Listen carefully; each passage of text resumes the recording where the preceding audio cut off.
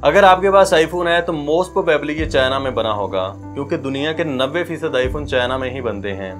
मगर अब ये सब बदलने जा रहा है।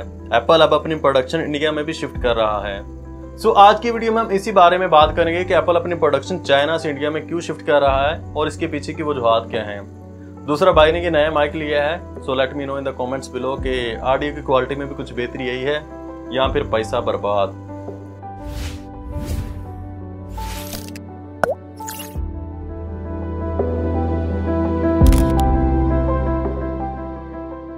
नाइनटीन 1978 में चाइना ने अपने दरवाजे दुनिया के लिए खोल दिए, जिसके बाद दुनिया की बड़ी बड़ी कंपनीज ने अपने प्लांट्स चाइना में लगाना शुरू कर दिए।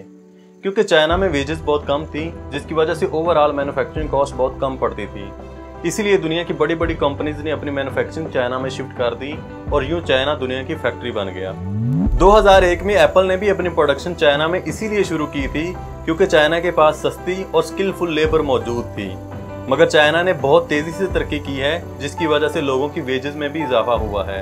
1978 में चाइना में एवरेज वेज $150 पर मंथ थी, जो 2021 तक $5000 पर मंथ हो गई। सो जो चाइना में लो मैन्युफैक्चरिंग कॉस्ट वाला इंसेंटिव था वो ऐसा ऐसा खत्म हो रहा है। दूसरी तरफ अगर हम इंडिया में देखें तो इंडिया के पास भी एक बहुत बड़ी पॉपुलेशन मौजूद है और यहाँ लोगों की वेजेस अब भी बहुत कम है। इसीलिए एप्पल ने अब अपनी प्रोडक्शन इंडिया में भी शुरू कर दी है। एक अंदाजे के मुताबिक एप्पल को इंडिया में लेबर कॉस्ट चाइना से 3 गुना कम पड़ेगी। ये आईफोन की सेल्स का ग्राफ है, जिसमें हम देख सकते हैं कि 2015 तक आईफोन की सेल्स मुसलसल बढ़ रही थी, जो एप्पल के लिए एक अच्छी बात थी।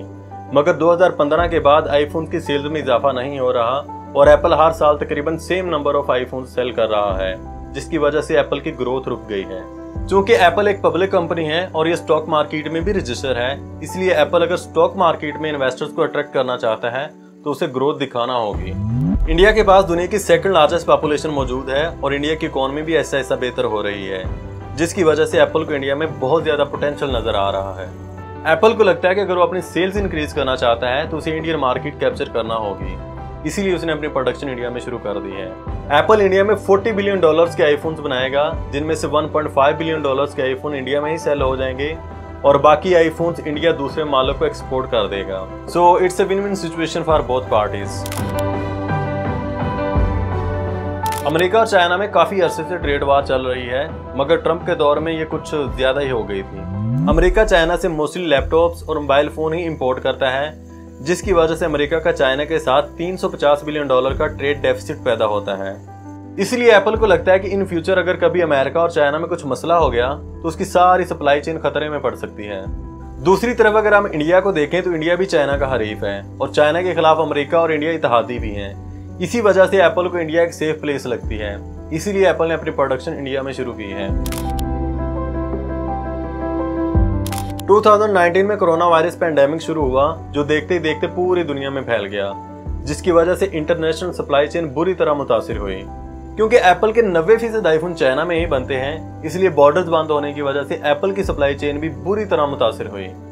जिसके बाद एप्पल ने सोचा कि सारी प्रोडक्शन को एक जगह पे रखना काफी रिस्की काम है, इसीलिए एप्पल ने अपनी प्रोडक्शन इंडिया और वियतनाम में भी शुरू कर दी है।